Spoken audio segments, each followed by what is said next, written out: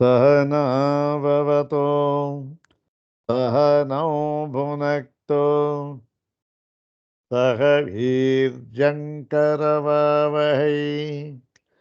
तेजस्विनावधीतमस्तु मा विद्विषावहै। ॐ शान्ति शान्ति शान्तिः। अथ कृष्णयजुर्वेदीय तैत्तिरीयोपनिषदि शिक्षावल्ली। ॐ शन्नो मित्रः शं वरुणः शन्नो भवत्वर्यमा शन्न इन्द्रो बृहस्पतिः शन्नो विष्णुरुरुक्रमः नमो ब्रह्मणे नमस्ते वायो त्वमेव प्रत्यक्षं ब्रह्मासि त्वमेव प्रत्यक्षं ब्रह्म वदिष्यामि ऋतं वदिष्यामि सत्यं वदिष्यामि तन्मामवतु तद्वक्तारमवतु अवतु माम् अवतु वक्तारम्।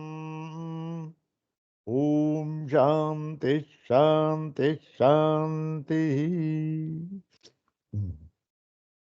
ಕೃಷ್ಣ ಯಜುರ್ವೇದದ ತೈತ್ತಿರಿಯೋಪನಿಷತ್ತಿನಲ್ಲಿ ಶಿಕ್ಷಾವಲ್ಲಿ, ಶಿಕ್ಷಾಧ್ಯಾಯ ಅಂತ ಹೇಳ್ತಾರೆ, ಶಿಕ್ಷಾವಲ್ಲಿ, ಅದರಲ್ಲಿ ಪ್ರಕೃತ 10ನೆಯ ಅನುವಾಕವನ್ನು ನಾವು ವಿಚಾರ ಮಾಡಬೇಕಾಗಿದೆ. ಈ 10ನೆಯ ಅನುವಾಕ ಪ್ರಾರಂಭವಾಗುವುದಕ್ಕಿಂತ ಮುಂಚೆ ಏನು ಹೇಳಿದ್ರು ಅದನ್ನು ಸ್ವಲ್ಪ ನಾವು ಗಮನದಲ್ಲಿಟ್ಕೊಳ್ಬೇಕು. 10ನೇ ಅಧ್ಯಾಯ, 10ನೇ ಅಧ್ಯಾಯ ಯಾತಕ್ಕೆ ಬಂದಿದೆ, 9ನೇ ಅಧ್ಯಾಯದಲ್ಲಿ ಏನು ಹೇಳಿತ್ತು, 9 ಆದಮೇಲೆ 10 ಬಂದಿದೆಯಲ್ಲ, ಇದು ಅದಾದಮೇಲೆ ರತಂಚ ಸ್ವಾಧ್ಯಾಯ ಪ್ರವಚನ ಆದಮೇಲೆ ಇದು ಬಂದಿದೆ. ಅದಕ್ಕೆ ಏನಾದ್ರು ಸಂಬಂಧ ಉಂಟೆ ಅಂತಕ್ಕಂಥದ್ದನ್ನು ಸ್ವಲ್ಪ ತಿಳ್ಕೊಂಡು ನಂತರ ಮಂತ್ರದ ವಿಚಾರವನ್ನು ಮಾಡಬಹುದು.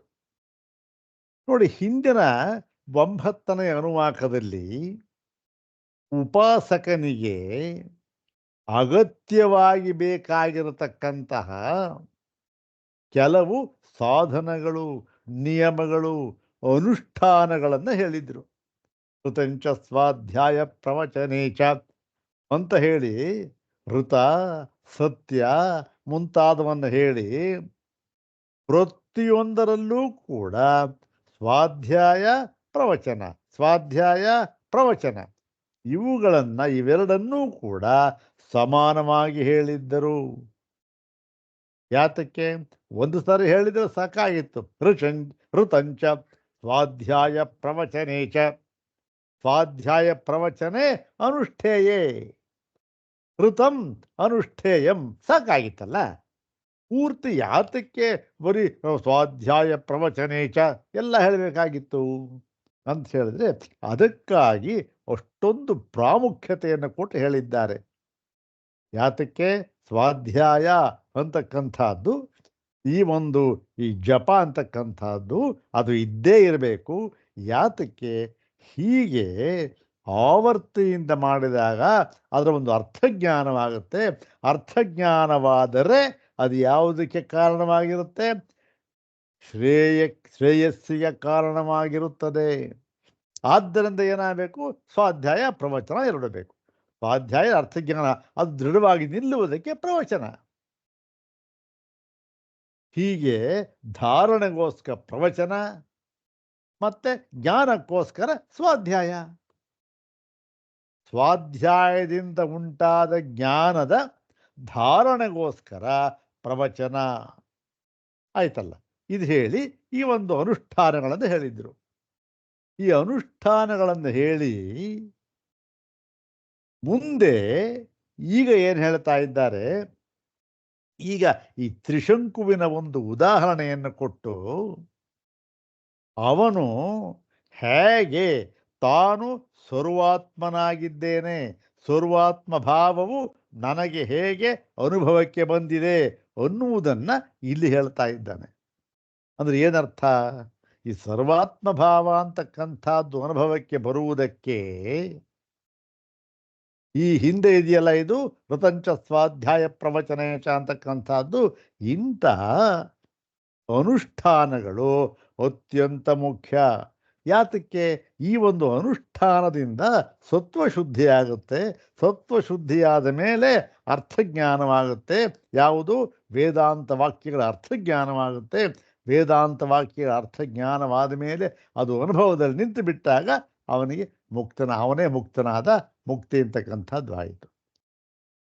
ಆದ್ದರಿಂದ ಈ ಮುಕ್ತಿ ಎಂಬ ಫಲಕ್ಕೆ ಈ ಯಾವುದು 9ನೇ ಅನುವಾಕದಲ್ಲಿ ಹೇಳಿರತಕ್ಕಂತಹ ಎಲ್ಲ ಅನುಷ್ಠಾನಗಳೂ ಕೂಡ ಪರಂಪರೆಯಿಂದ ಇವು ಸಾಧನವಾಗುತ್ತವೆ.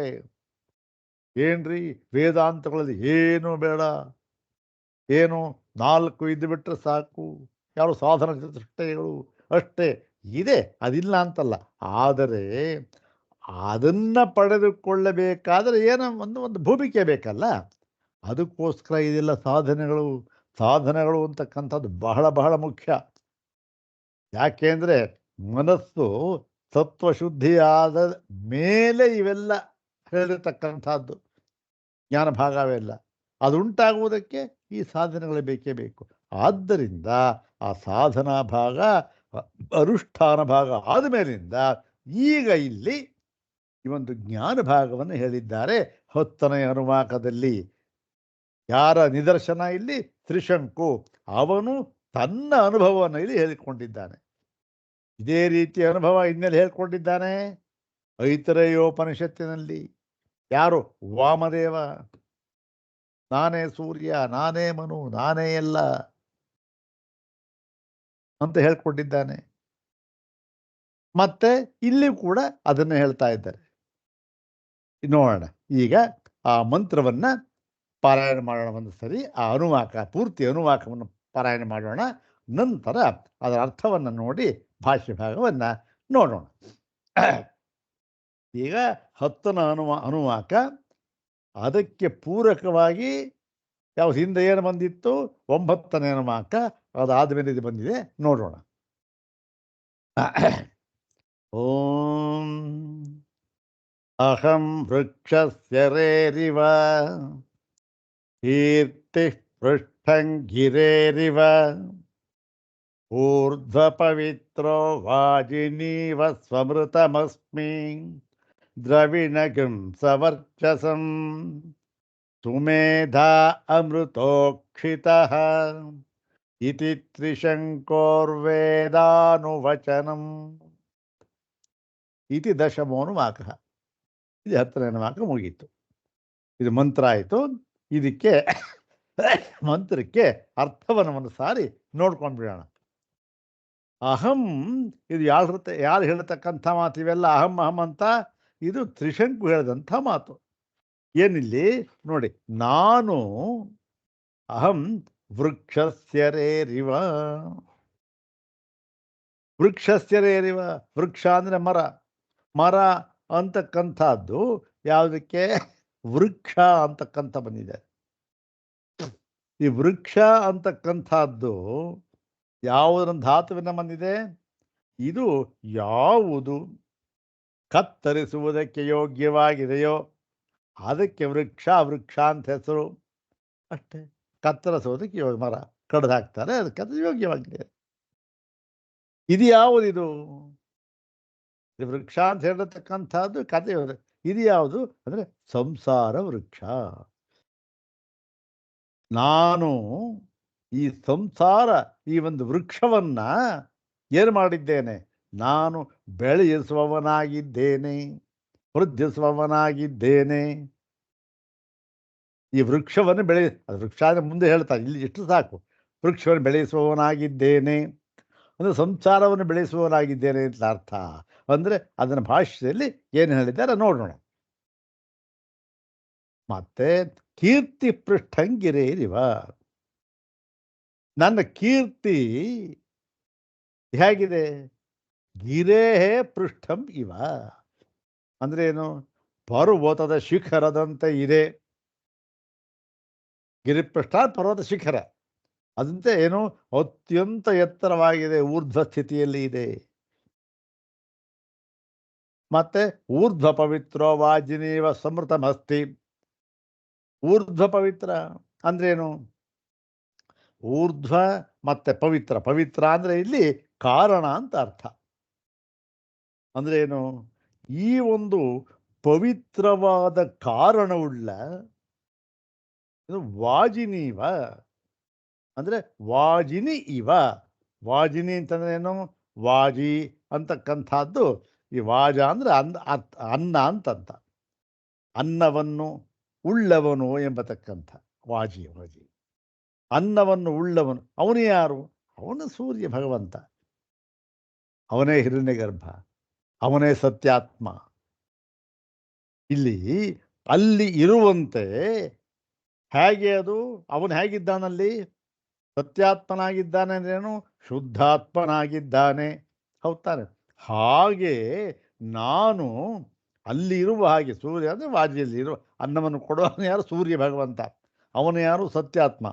ಅಲ್ಲಿಯ ಹಾಗೆ ನಾನು ಏನಾಗಿದ್ದೇನೆ? ಶುದ್ಧವಾಗಿದ್ದೇನೆ ಮತ್ತು ಅಮೃತವಾಗಿದ್ದೇನೆ. ಅಂದ್ರೇನು? ನನಗೆ ಮರಣ ಧರ್ಮ ಅಂತಕ್ಕಂಥದ್ದೇ ಇಲ್ಲ. ಇವೆಲ್ಲ ತ್ರಿಶಂಕು ಹೇಳ್ತಕ್ಕಂಥ ಮಾತು. ಸು ಅಮೃತಮಸ್ಮಿ, ಸ್ವಮೃತಮಸ್ಮಿ, ಸು ಅಮೃತಮಸ್ಮಿ. ಒಳ್ಳೆಯ ಅಮೃತವಾಗಿದ್ದೇನೆ ನಾನು ಅಂಥೇಳಿ. ನಂತರ ಏನು? ದ್ರವಿಣಿಗಂ ಸಮರ್ಚಸಂ ಅಂತಂದ್ರೇನು? ಮತ್ತೆ ಸವರ್ಚಸಂ. ವರ್ಚಸ್ಸು ಅಂತಂದ್ರೆ ಆ ಒಂಥರ ಕಾಂತಿ. ಆ ಕಾಂತಿಯಿಂದ ಕೂಡಿದ ದ್ರವಿಣ ಅಂದ್ರೆ ಧನ, ದ್ರವ್ಯ ಅಂತಂತ. ಧನ, ಸಂಪತ್ತು, ಕಾಂತಿಯನ್ನುಳ್ಳ ಸಂಪತ್ತೇ ನಾನಾಗಿದ್ದೇನೆ. ಮತ್ತೆ ಸುಮೇಧಾಹ, ನಾನು ಒಳ್ಳೆಯ ಮೇಧಸ್ಸಿನಿಂದ ಕೂಡಿದ್ದೇನೆ. ಮತ್ತೆ ಅಮೃತ. ಅಮೃತ ಇಲ್ಲಿ ಅಮೃತೋಕ್ಷಿತ ಅಂತ ಇದೆ. ಇದನ್ನ 2-3 ಥರ ಅರ್ಥ ಮಾಡಿದ್ದಾರೆ ಆಚಾರ್ಯರು, ಅರ್ಥ ಮಾಡಿದ್ದಾರೆ. ಇಲ್ಲಿ ಅಮೃತೋಕ್ಷಿತ ಅನ್ನುವಾಗ ಆ ತೋ ಇದೆಯಲ್ಲ, ತೋ ಪಕ್ಕದಲ್ಲಿ ಒಂದು ಅವಗ್ರಹ ಹಾಕ್ಬಿಟ್ರೆ ಏನಾಗುತ್ತೆ?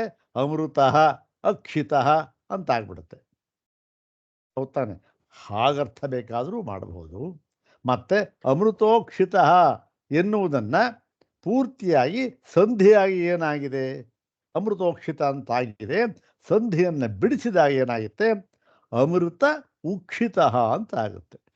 ಹಾಗರ್ಥ ಬೇಕಾದರೂ ಮಾಡಬಹುದು ಅಂತ ಹೇಳಿ ಅರ್ಥ ಮುಂದೆ ಭಾಷೆಯಲ್ಲಿ ಬರುತ್ತೆ, ನೋಡೋಣ. ಹೀಗೆ ನಾನು ಏನಾಗಿ ಅಮೃತನೂ ಆಗಿದ್ದೇನೆ. ಅಮೃತ ಅಂದರೆ ಅಕ್ಷಿತ. ಅಮೃತ ಅಕ್ಷಿತ. ಅಕ್ಷಿತ ಅಂದರೆ ಯಾವ ಸಂದರ್ಭದಲ್ಲೂ ಕೂಡ ಕುಂದು ಎನ್ನುವುದು ಉಂಟಾಗುವುದಿಲ್ಲ. ಅಂದ್ರೆ ಏನು? ನಾನು ಸೌದು ಹೋಗ್ತಾ ಇದ್ದೇನೆ, ಹೇಗೆ? ಷಡ್ಭಾವ ವಿಕಾರದಂತೆ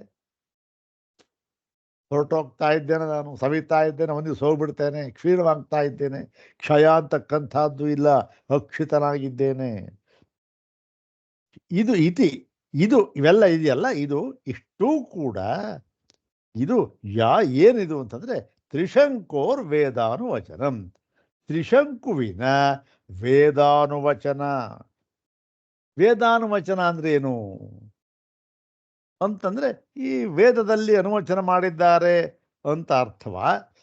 ಹಾಗೆ ಬೇಕಾದ ಅರ್ಥವನ್ನು ಮಾಡಬಹುದು, ವೇದದಲ್ಲಿ ಇದೆಲ್ಲ ಹೇಳಿದ್ದಾರೆ, ಇಲ್ಲ ಅಂತಲ್ಲ. ಆದರೆ ಇಲ್ಲಿ ಏನರ್ಥ ಗೊತ್ತೇನು? ತ್ರಿಶಂಕು ಈ ಮಾತನ್ನು ಹೇಳಿದ್ನಲ್ಲ, ಏನು? ನಾನೇ ಎಲ್ಲವೂ ಆಗಿದ್ದೇನೆ, ಪರ್ವತರ ಶಿಖರದಂತೆ ಉನ್ನತವಾಗಿದ್ದೇನೆ, ನಾನು ಸತ್ಯಾತ್ಮನಾಗಿದ್ದೇನೆ, ಶುದ್ಧಾತ್ಮನಾಗಿದ್ದೇನೆ, ನನಗೆ ಈ ಮರಣ ಧರ್ಮ ಅಂತಕ್ಕಂಥದ್ದು ಇಲ್ಲ, ಇವೆಲ್ಲ ಹೇಳಿದ್ನಲ್ಲ. ಇವೆಲ್ಲ ಯಾವಾಗ ಹೇಳ್ದ? ಯಾವಾಗ ಹೇಳ್ದ ಅಂತಂದರೆ ಅವನಿಗೆ ಆತ್ಮೈಕತ್ವ ಜ್ಞಾನವಾದ ಬಳಿಕ ಹೇಳ್ದ. ಆತ್ಮೈಕತ್ವ ಜ್ಞಾನವಾದ ಬಳಿಕವೇ ಈ ಥರ ಜ್ಞಾನ ಉಂಟಾಗೋದು. ಅದಕ್ಕಿಂತ ಹಿಂದೆ ಈ ಥರ ಜ್ಞಾನ ಆಗೋದೇ ಇಲ್ಲ. ನಾವೆಲ್ಲ ಸಂಸಾರಿಗಳು, ಹೌದು ತಾನೆ? ಸರ್ವಾತ್ಮ ಭಾವ ಇಲ್ಲಿ ಬರುತ್ತೆ? ಬರೋದಿಲ್ಲ. ಅಮೃತರೂ ಅಲ್ಲ, ನಾವು ಅಕ್ಷಿತರೂ ಅಲ್ಲ, ಮತ್ತೆ ಅಮೃತ ಮುಕ್ಷಿತರೂ ಅಲ್ಲ. ಯಾವನು ಅಲ್ಲ. ಸರ್ವಾತ್ಮ ಬಂದ ಮೇಲೆ ಹೇಳದ ಅಂದ್ರೇನು? ವೇದ ಅನುವಚನ. ವೇದ ಅಂತಕ್ಕಂಥದ್ದೇನು? ಜ್ಞಾನ. ಎಂತಹ ಜ್ಞಾನ? ಆತ್ಮೈಕತ್ವ ಜ್ಞಾನ, ಬ್ರಹ್ಮಾತ್ಮೈಕತ್ವ ಜ್ಞಾನ. ಅನುವಚನ ಅಂದರೆ ಅದನ್ನು ಅನುಸರಿಸಿ ಬಂದ ಮಾತು. ಅಂದ್ರೇನು? ಆ ಒಂದು ಬ್ರಹ್ಮಾತ್ಮ ಜ್ಞಾನವಾದ ಮೇಲೆ ಅದನ್ನು ಅನುಸರಿಸಿ ಬಂದ ಮಾತು ಇದು. ಅದು ಏನರ್ಥ ಆಯಿತು? ಎಲ್ಲ ಬ್ರಹ್ಮಾತ್ಮ ಜ್ಞಾನಿಗಳೂ ಕೂಡ ಇದನ್ನೇ ಹೇಳ್ತಕ್ಕಂಥದ್ದು. ವಾಮದೇವನು ಇದನ್ನೇ ಹೇಳ್ದ. ಮತ್ತೆ ಈ ದೇವಿ ಸೂಕ್ತದಲ್ಲಿ ಬರುತ್ತಲ್ಲ, ಅದು ವಾಗಂಬಣಿ ಅಂತ ಬರುತ್ತಲ್ಲ, ಅದು ಅವಳು ಕೂಡ ಇದನ್ನೇ ಹೇಳಿದ್ಲು. ಹೌದ್ ತಾನೆ? ಹೀಗೆ ಪ್ರತಿಯೊಬ್ಬರೂ ಕೂಡ ಏನು ತಮಗೆ ಆತ್ಮೈಕತ್ವ ಜ್ಞಾನವಾದ ಮೇಲೆ ಹೇಳಿದ ಮಾತು ಇದು.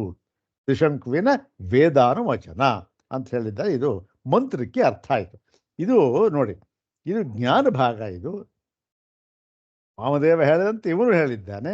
ಹಾಗಾಗಿ ಈ ಒಂದು ಮಂತ್ರ ಇದೆಯಲ್ಲ, ಇದನ್ನ ಸಾಮಾನ್ಯವಾಗಿ ಈ ಒಂದು ಅನುಷ್ಠಾನಕ್ಕೆ ಮುಂಚೆ ಇದನ್ನು ಹೇಳ್ಕೊಳ್ತಾರೆ ಶಾಂತಿ ಮಂತ್ರದಂತೆ. ಮತ್ತೆ ಈ ಒಂದು ಶಾಂತಿ ಮಂತ್ರ, ದಶಶಾಂತಿ ಅಂತ ಏನು ಹೇಳಿದ್ದಾರೆ, ಅದರಲ್ಲೂ ಕೂಡ ಇದನ್ನ ಸೇರಿಸಿ ಹೇಳಬಹುದು. ಏನು ತಪ್ಪು ಸೇರಿಸಿ ಹೇಳಿದ್ದಾರೆ ಕೂಡ. ಅಷ್ಟೊಂದು ಅರ್ಥಗರ್ಭಿತವಾಗಿರ್ತಕ್ಕಂಥ ಮಂತ್ರ. ಇನ್ನೊಂದು ಸಾರಿ ಮಂತ್ರವನ್ನು ಪಾರಾಯಣ ಮಾಡಿಬಿಡೋಣ, ಯಾಕೆಂದರೆ ಬಹಳ ಅರ್ಥಗರ್ಭಿತವಾಗಿದೆ ಇದು. ಮಂತ್ರವನ್ನು ಪಾರಾಯಣ ಮಾಡೋಣ. ಮಂತ್ರ ಪಾರಾಯಣ ಮಾಡಿದಾಗ ನಾವೇನಾಗಬೇಕು, ನಮ್ಗೆ ಸ್ವಲ್ಪ ಅರ್ಥ ಒಂದು ಸ್ವಲ್ಪ ಗೊತ್ತಾಗಬೇಕು. ಮಂತ್ರ ಪಾರಾಯಣ ಮಾಡಿದಾಗ ಇವಾಗ ಸ್ವಲ್ಪ ಗೊತ್ತಾಗುತ್ತಲ್ಲ. ಓಂ ಅಹಂ ವೃಕ್ಷಸ್ಯ ರೇರಿವ ಕೀರ್ತಿ ಪೃಷ್ಠಂಗಿರೇರಿವ ಊರ್ಧ್ವ ಪವಿತ್ರೋ ವಾಜಿನೀವ ಸ್ವಮೃತಮಸ್ಮಿ ದ್ರವಿಣಗಂ ಸವರ್ಚಸಂ ಸುಮೇಧಾ ಅಮೃತೋಕ್ಷಿತಃ ಇತಿ ತ್ರಿಶಂಕೋರ್ವೇದಾನುವಚನಂ ಅಂತಕ್ಕಂಥದ್ದು ಇದು ಮಂತ್ರ. ಈಗ ಭಾಷ್ಯಭಾಗವನ್ನೇ ನೋಡೋಣ. ಅಹಂ ವೃಕ್ಷಸ್ಯ ಉಚ್ಛೇದಾತ್ಮಕಸ್ಯ ಸಂಸಾರ ವೃಕ್ಷಸ್ಯ ರೇರಿವ ಪ್ರೇರಯಿತ ಅಂತರ್ಯಾಮ್ಯಾತ್ಮನ. ನಾನು ಈ ಒಂದು ಉಚ್ಛೇದಾತ್ಮಕವಾಗಿರ್ತಕ್ಕಂತಹ, ಏನು ಕತ್ತರಿಸುವುದಕ್ಕೆ ಯೋಗ್ಯವಾಗಿರ್ತಕ್ಕಂಥ, ಕತ್ತರಿಸಲ್ಪಡತಕ್ಕಂಥ ಎನ್ನುವುದೇ ಇದರ ಸ್ವಭಾವ. ಇದು ಯಾಕೆ? ಇದು ಎಲ್ಲ ಅವಿದ್ಯೆಯನ್ನು ಕೂಡಿರ್ತಕ್ಕಂಥ ಆಗಿದೆ. ಇಂತಹ ಸಂಸಾರ ವೃಕ್ಷವನ್ನ ನಾನು ಪ್ರೇರಣೆ ಮಾಡತಕ್ಕಂಥವನು, ನಾನು ನಿಯಂತ್ರನು. ಹೇಗೆ? ಇವೆಲ್ಲದರ ಒಳಗಿದ್ದುಕೊಂಡು ಅಂತರ್ಯಾಮ್ಯಾತ್ಮನ, ಅಂದರೆ ಅಂತರ್ಯಾಮಿ ಸ್ವರೂಪದಿಂದ ಇದೆಲ್ಲಕ್ಕೂ ಕೂಡ ನಾನು ಪ್ರೇರಕನಾಗಿರತಕ್ಕಂತಹವನು. ಸಂಸಾರ ದಶೆಯಲ್ಲಿ ಏನೇನಾಗುತ್ತೆ ಎಲ್ಲದಕ್ಕೂ ನಾನೇ ಪ್ರೇರಕ. ಮತ್ತೆ ಅಂತರ್ಯಾಮ್ಯಾತ್ಮ. ಕೀರ್ತಿ ಖ್ಯಾತಿ ಗಿರೇ ಪೃಷ್ಠಮೇವ ಉಚ್ಛ್ರಿತ ಮಮ. ನನ್ನ ಖ್ಯಾತಿ ಹೇಗಿದೆ ಅಂತಂದರೆ ಗಿರೇ ಪೃಷ್ಠಮೇವ, ಅಂದರೆ ಗಿರಿಶೃಂಗದಂತೆ, ಗಿರಿಶಿಖರದಂತೆ ಉಚ್ಛ್ರಿತಾಮ, ಉತ್ಕೃಷ್ಟವಾಗಿರತಕ್ಕಂಥದ್ದು ನನ್ನ ಖ್ಯಾತಿ. ಇವೆಲ್ಲ ಏನು? ಈ ಒಂದು ಬ್ರಹ್ಮಜ್ಞಾನವನ್ನ ಅದರ ಸ್ತುತಿಗೋಸ್ಕರ ಹೇಳಿದ್ದ ಮಾತಿದು. ಮತ್ತು ಊರ್ಧ್ವ ಪವಿತ್ರ, ಊರ್ಧ್ವಂ ಕಾರಣಂ ಪವಿತ್ರಂ ಪಾವನಂ ಜ್ಞಾನ ಪ್ರಕಾಶ್ಯಂ ಪರಂಬ್ರಹ್ಮ ಯಸ್ಯ ಸರ್ವಾತ್ಮನೋ ಮಮ ಸೋಹಂ ಊರ್ಧ್ವ ಪವಿತ್ರ. ನಾನು ಊರ್ಧ್ವ ಪವಿತ್ರನಾಗಿದ್ದೇನೆ. ಊರ್ಧ್ವ ಪವಿತ್ರನಾಗಿದ್ದೇನೆ ಅಂದರೆ ಏನರ್ಥ ಅಂದರೆ, ಊರ್ಧ್ವ ಅಂದರೆ ಕಾರಣ, ಪವಿತ್ರ ಅಂದ್ರೇನು? ಪಾವನವಾಗಿರ್ತಕ್ಕಂಥದ್ದು. ಪಾವನವಾಗಿರ್ತಕ್ಕಂಥದ್ದು ಯಾವುದದು? ಅದೇ ಜ್ಞಾನ ಪ್ರಕಾಶ್ಯವಾಗಿರುವ, ಜ್ಞಾನದಿಂದ ಪ್ರಕಾಶಗೊಳ್ಳುವ ಪರಬ್ರಹ್ಮವೇ ಅದು. ಯಾವುದದು? ಪವಿತ್ರ. ಪವಿತ್ರ ಅಂತಕ್ಕಂಥದ್ದು ಯಾವುದಕ್ಕೆ ಹೆಸರಾಯಿತು? ಉಪನಿಷತ್ತಿನ ಪ್ರಕಾರ ಪರಬ್ರಹ್ಮಕ್ಕೆ ಹೆಸರಾಯಿತು. ಹೀಗೆ ಊರ್ಧ್ವ ಪವಿತ್ರ, ನಾನು ಆ ಒಂದು ಬ್ರಹ್ಮ ಇದೆಯಲ್ಲ, ಪವಿತ್ರವಾದ ಬ್ರಹ್ಮ, ಅದಕ್ಕೆ ನಾನು ಕಾರಣನಾಗಿ, ಅಂದರೆ ಯಾವುದಕ್ಕೆ ನನಗೆ ಯಾವುದು ಕಾರಣವಾಗಿದೆಯೋ ಅದು. ಅಂದ್ರೇನು? ಆ ಬ್ರಹ್ಮವೇ ನಾನಾಗಿದ್ದೇನೆ ಅಂತಂತ. ಸೋಹಂ ಊರ್ಧ್ವ ಪವಿತ್ರ. ಆ ಸರ್ವಾತ್ಮ ಇದೆಯಲ್ಲ, ಆದರೆ ನಾನು ಊರ್ಧ್ವ ಪವಿತ್ರ ಅಂತ. ಮತ್ತು ವಾಜಿನೀವ ವಾಜವತಿ ಇವ. ವಾಜಿನಿ ಅಂತಂದರೆ ವಾಜವತಿ ಅಂತ. ವಾಜವತಿ ಅಂತಕ್ಕಂಥದ್ದೇನು, ಇದು ಸಪ್ತಮಿ ವಿಭಕ್ತಿ ಏಕವಚನ ರೂಪ. ಅಂದ್ರೇನು, ವಾಜ ಅಂದರೆ ಅನ್ನ, ಅದನ್ನು ಉಳ್ಳಂತಹವನು ಅಂತ ಅರ್ಥ. ತದ್ವತಿ ಅದನ್ನು ಉಳ್ಳವನು ಯಾರು? ಎಲ್ಲವನ್ನೂ ಉಳ್ಳವನು ಯಾರು? ಸವಿತರಿ ಇವ ಅರ್ಥ. ಅಂದರೆ ಸೂರ್ಯನಂತೆ. ಯಾಕೆ? ಎಲ್ಲ ಸಸ್ಯ ಔಷಧಿ ವನಸ್ಪತಿ ಎಲ್ಲ ಯಾರು? ಎಲ್ಲ ಅದನ್ನು ಉಳ್ಳವನು ಯಾರವನು? ಸೂರ್ಯ ಭಗವಂತ. ಯಾಕೆ? ಸೂರ್ಯ ಭಗವಂತ ಯಾವುದು ಬರೋದಿಲ್ಲ ಇಲ್ಲದೆ ಇದ್ರೆ. ಹೌದು ತಾನೆ? ಸವಿತರೀವ ಅಂದರೆ ಅನ್ನ ಎಲ್ಲವನ್ನೂ ಒಳಗೊಂಡಿರತಕ್ಕಂಥವನು ಯಾರು? ಸೂರ್ಯ. ಅವನು ಯಾರು? ಯಥಾ ಸವಿತರಿ ಅಮೃತತ್ವಂ ವಿಶುದ್ಧಂ ಪ್ರಸಿದ್ಧಂ ಶ್ರುತಿ ಸ್ಮೃತಿಶತೆ. ಇಂಥ ಸೂರ್ಯ ಹೇಗೆ? ಅವನ ಸ್ವರೂಪ ಏನು ಅಂತಂದರೆ, ಶ್ರುತಿಗಳು ಸ್ಮೃತಿಗಳು ಎಷ್ಟು ಒಂದಲ್ಲ, ನೂರಾರು ಶ್ರುತಿಗಳು ನೂರಾರು ಸ್ಮೃತಿಗಳು ಏನು ಹೇಳ್ತಾ ಇವೆ? ಆ ಸೂರ್ಯ ಭಗವಂತರನ್ನ ಇವನು ಅಮೃತ, ಇವನು ಆತ್ಮತತ್ವ, ಇವನೇ ಪರಮಾತ್ಮ ಅಂತ ಹೇಳ್ತಾ ಇದೆಯಲ್ಲ. ಇವನು ಶ್ರುತಿ ಸ್ಮೃತಿ ಶತ ನೂರಾರು ಶ್ರುತಿಗಳು ಇದು ಹೇಳ್ತಾ ಇದೆಯಲ್ಲ, ಇದು ಇಂತಹ ಸೂರ್ಯ ಭಗವಂತ ವಾಜ ಅನ್ನವನ್ನು ಕೊಡ್ತಕ್ಕಂಥ ಅವನು ನಾನಾಗಿದ್ದೇನೆ. ಏವಂ ಅಮೃತಂ ಸುಶೋಭನಂ ಶೋಭನಂ ವಿಶುದ್ಧ ಅಮೃತ. ಇಂತಹ ಅಮೃತವೂ ಮತ್ತೆ ಮಂಗಳಕರವೂ ಆಗಿರತಕ್ಕಂಥ ಆತ್ಮತತ್ವವೇ ಅಸ್ಮಿ ಭವಾಮಿ, ನಾನಾಗಿದ್ದೇನೆ. ಮತ್ತೆ ದ್ರವಿಣಂ ಧನಂ ಸವರ್ಚಸಂ ದೀಪ್ತಿಮತ್ ತದೇವ ಆತ್ಮತತ್ವಂ ಅಸ್ಮಿ. ಇನ್ನು ಅತ್ಯಂತ ಉತ್ಕೃಷ್ಟವಾದ ಎಲ್ಲದಕ್ಕಿಂತ ಮೀರಾದ ಧನ ಸಂಪತ್ತು ಅದ್ಯಾವುದದು? ಅದೇ ಆತ್ಮತತ್ವ ಅಂತಕ್ಕಂಥದ್ದು. ಇಂತಹ ಅತ್ಯಂತ ಉತ್ಕೃಷ್ಟವಾದ ಸಂಪತ್ತಾದ ಆತ್ಮತತ್ವ ಇದೆಯಲ್ಲ, ಅದೇ ನಾನಾಗಿದ್ದೇನೆ ಅಸ್ಮಿ ಅಂತ ಅದನ್ನು ಸೇರಿಸ್ಕೋಬೇಕು. ಅಸ್ಮಿ ಇತಿ ಅನುವರ್ತತೆ, ಸೇರಿಸ್ಕೋಬೇಕು. ಆತ್ಮತತ್ವೇ ನಾನಾಗಿದ್ದೇನೆ ಅಂದರೆ ಅಹಂ ಬ್ರಹ್ಮಾಸ್ಮಿ ಅಂತಕ್ಕಂಥ ಒಂದು ಅನುಭವ ಅವನಿಗಾಗಿದೆ ಅಂತ ಅರ್ಥ. ಮತ್ತೆ ಬ್ರಹ್ಮಜ್ಞಾನಂ ವಾ ಆತ್ಮತತ್ವ ಪ್ರಕಾಶಕತ್ವಾತ್ ಸವರ್ಚಸಂ. ಇಲ್ಲದೇ ಇದ್ರೆ ಬ್ರಹ್ಮಜ್ಞಾನವನ್ನೇ ಹೇಳಬಹುದು ಆ ಸವರ್ಚಸ ಅಂತ. ಯಾಕೆ? ಅದು ಆತ್ಮತತ್ವ ಪ್ರಕಾಶಕತ್ವಾತ್, ಆತ್ಮತತ್ವವನ್ನು ಪ್ರಕಾಶಗೊಳಿಸುವುದರಿಂದ ಆ ಬ್ರಹ್ಮಜ್ಞಾನವೇ ವರ್ಚಸ್ಸಿನಿಂದ ಕೂಡಿದೆ, ತೇಜಸ್ಸಿನಿಂದ ಕೂಡಿದೆ ಅಂತಕ್ಕಂಥದ್ದು. ಮತ್ತು ದ್ರವಿಣಮಿವ ದ್ರವಿಣಂ ಅಂದರೆ ದ್ರವಿಣಂ ಸಂಪತ್ತಾಗಿದೆ ಅಂದರೆ ಅದು ಸಂಪತ್ತಲ್ಲ, ದ್ರವಿಣಮಿವ ಸಂಪತ್ತಿನಂತೆ ಇದೆ ಅಂತ ಅರ್ಥ. ಸಂಪತ್ತಿನಂತೆ ಇದೆ ಎಂಬತಕ್ಕಂಥ. ಯಾತಕ್ಕೆ ಅದು ಅಂದರೆ ಮೋಕ್ಷ ಸುಖ ಹೇತುತ್ವಾತ್, ಅಂದರೆ ಮೋಕ್ಷವೆಂಬ ಸುಖಕ್ಕೆ ಕಾರಣವಾಗಿರುವುದರಿಂದ ಅದೇ ಎಲ್ಲದಕ್ಕಿಂತ ಉತ್ಕೃಷ್ಟವಾದದ್ದು. ಆಯ್ತಲ್ಲ? ಅಸ್ಮಿನ್ ಪಕ್ಷೆ ಇದು ಇಲ್ಲಿ ಎರಡು ಇದನ್ನು ಹೇಳ್ತಾ ಇದ್ದಾರೆ. ಈ ಒಂದು ಹೀಗೆ ಅರ್ಥ ಮಾಡಿದಾಗ ಪ್ರಾಪ್ತಂ ಮಯ ಅಂದರೆ ಇಂತಹ ಬ್ರಹ್ಮಜ್ಞಾನವು ಏನಾಗಿದು? ಪ್ರಾಪ್ತಂ ಮಯ ಬ್ರಹ್ಮಜ್ಞಾನಂ ಮಯ ಪ್ರಾಪ್ತಂ ಅಂದರೆ ಈ ಮಯ ಪ್ರಾಪ್ತಂ ಅಂತ ಅಧ್ಯಾಹಾರ ಆಗಿದೆ, ಅದನ್ನು ಸೇರಿಸ್ಕೊಳ್ಬೇಕಿದೆ. ಈ ಒಂದು ಬ್ರಹ್ಮಜ್ಞಾನವನ್ನು ನಾನು ಪಡೆದಿದ್ದೇನೆ ಎಂಬತಕ್ಕಂಥ ಸೇರಿಸ್ಕೋಬೇಕು. ಸುಮೇಧಾ ಶೋಭನಾ ಮೇಧಾ ಶೋಭನಾ ಮೇಧಾ ಸರ್ವಜ್ಞತ್ವ ಲಕ್ಷಣ ಯಸ್ಯ ಮಮ ಸೋಹಂ ಸುಮೇಧ ಅಂದ್ರೇನು ಅಂದರೆ ಅತ್ಯಂತ ಮಂಗಳಕರವಾದ ಮೇಧಾ ಅಂತಂದರೆ ಅದು ಜ್ಞಾನ. ಸರ್ವಜ್ಞತ್ವ ಲಕ್ಷಣವುಳ್ಳ ಜ್ಞಾನ ಇದೆಯಲ್ಲ, ಅದು ಯಾರಿಗೆ ಇದೆಯೋ ಅವನು ಸುಮೇಧ, ಅವನೇ ನಾನಾಗಿದ್ದೇನೆ. ಮತ್ತು ಸಂಸಾರ ಸ್ಥಿತ್ಯುತ್ಪತ್ತಿ ಸಂಹಾರ ಕೌಶಲ್ಯೋಗಾತ್ ಸುಮೇಧಸ್ವಂ ಅಂದರೆ ಸಂಸಾರದ ಅಂದರೆ ಎಲ್ಲ ಸಂಸಾರ ಇದೆಯಲ್ಲ, ಇದರ ಸ್ಥಿತಿ ಉತ್ಪತ್ತಿ ಸಂಹಾರ, ಸೃಷ್ಟಿ ಸ್ಥಿತಿ ಲಯ ಮೂರ ಒಂದು ಅದಕ್ಕೊಂದು ಕೌಶಲ್ಯ ಇದೆಯಲ್ಲ, ಅದನ್ನೆಲ್ಲ ನಾನು ಕೂಡಿಕೊಂಡವನಾಗಿದ್ದೇನೆ. ಯಾಕೆ? ಇವನು ಸರ್ವಾತ್ಮ ಭಾವ ಇರತಕ್ಕಂಥವನು, ಬ್ರಹ್ಮವೇ ಇವನಾಗಿದ್ದಾನೆ. ಆದ್ದರಿಂದ ಸುಮೇಧ ಅಂತಕ್ಕಂಥದ್ದು ನನಗಿದೆ ಅಂತಕ್ಕಂಥದ್ದು. ಅತಯೇವ ಅಮೃತ ಅಮರಣ ಧರ್ಮ. ಹೀಗಿರುವುದರಿಂದ ನಾನು ಅಮೃತನಾಗಿದ್ದೇನೆ. ಅಂದರೆ ಅಮರಣ ಧರ್ಮ. ನನಗೆ ನಾನು ಮರಣ ಧರ್ಮದಿಂದ ಬಿಡುಗಡೆಯಾಗಿದ್ದೇನೆ, ಬಿಡುಗಡೆ ಹೊಂದಲ್ಪಟ್ಟಿದ್ದೇನೆ. ಇಲ್ಲಿ ಆ ಅಕ್ಷಿತಃ ಅಂತ, ಅಮೃತಃ ಅಕ್ಷಿತಃ ಅಂತ ಮಾಡಿದಾಗ ಏನಂತೆ, ಅಮೃತಃ ಅಂದರೆ ಅಮರಣ ಧರ್ಮ, ಅದು ಅಕ್ಷಿತಃ ಅಂದರೆ ಅಕ್ಷೀಣ ಅವ್ಯಯ. ಅಂದರೆ ಯಾವ ಸ್ಥಿತಿಯಲ್ಲಿಯೂ ಕೂಡ ನನಗೆ ಕ್ಷಯ, ನಾಶ, ವ್ಯಯ ಅಂತಕ್ಕಂಥದ್ದು ಇಲ್ಲ.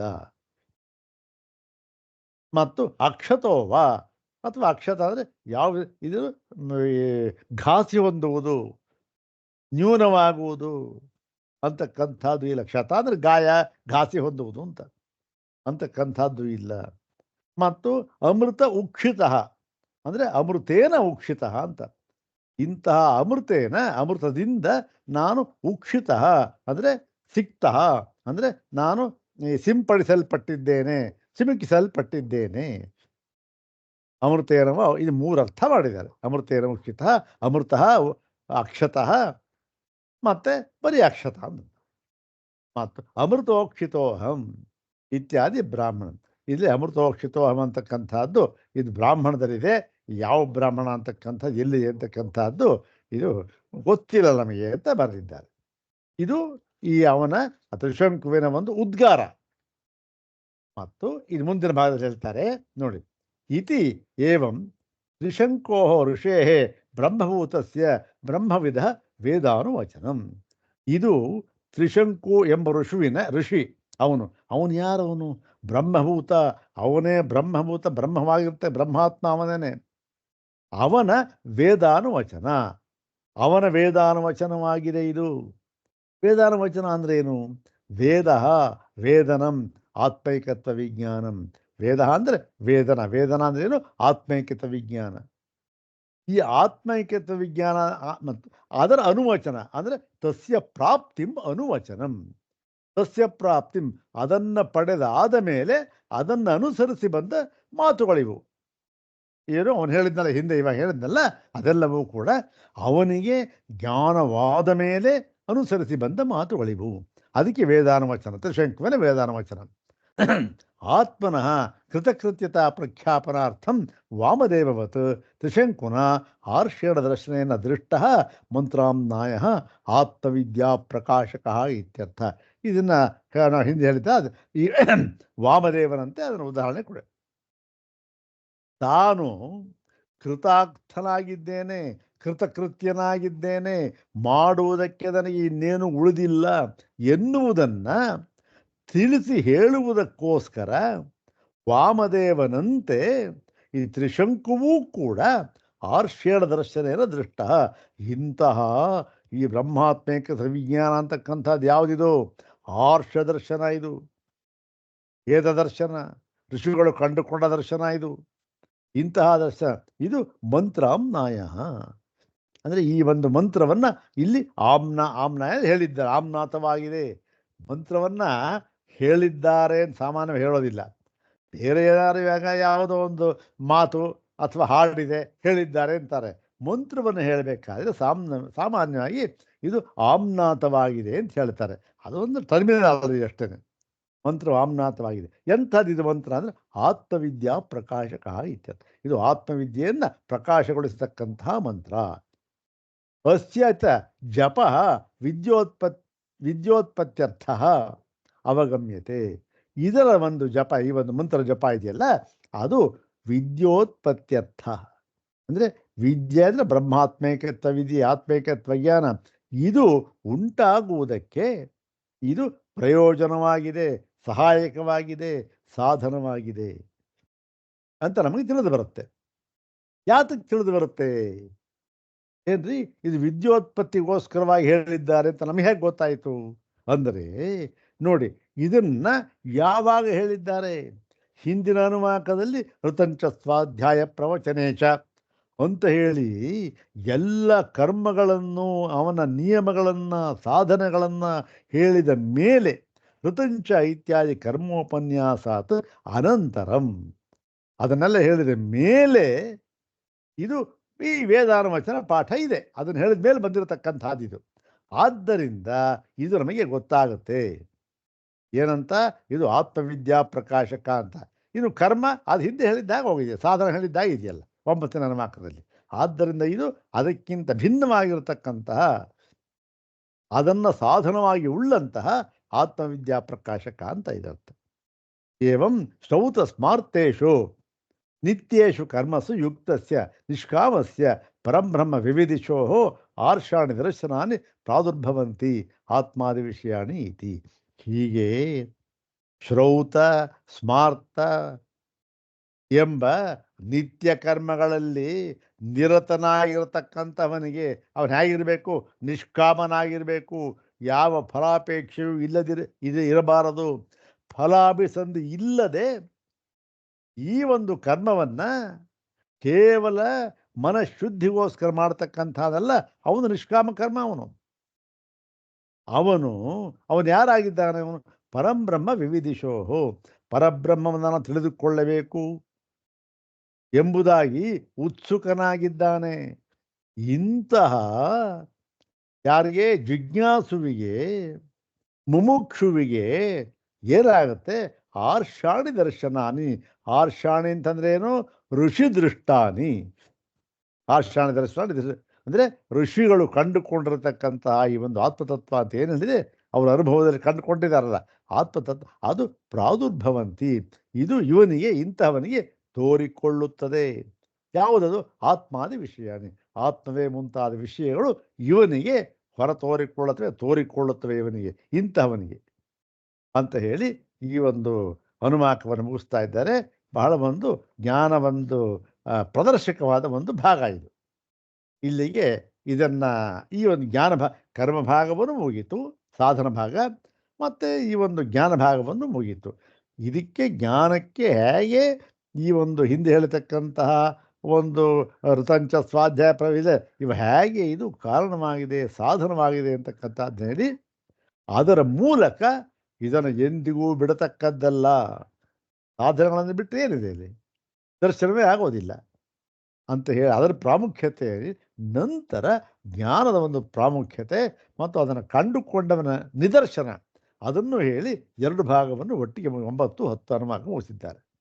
ಮುಂದೆ ಈ ಒಂದು ಕರ್ಮಗಳನ್ನು ಏನು ಮಾಡಬೇಕು, ಅವಶ್ಯವಾಗಿ ಮಾಡಲೇಬೇಕು, ಬಿಡಬಾರ್ದು, ಎಂತೆಂಥ ಕರ್ಮಗಳು ಮಾಡಬೇಕು ಅಂತ ಅನ್ನೋದನ್ನೆಲ್ಲ ಮುಂದೆ ಹೇಳಿ ಈ ಒಂದು ಒಲ್ಲಿಯನ್ನು ಮುಕ್ತಾಯ ಮಾಡ್ತಾರೆ. ಅದನ್ನು ಮುಂದಿನ ಭಾಗದಲ್ಲಿ ನೋಡೋಣ. ಓಂ ಶಾಂತಿ ಶಾಂತಿ ಶಾಂತಿ. ಓಂ ತತ್ಸತ್.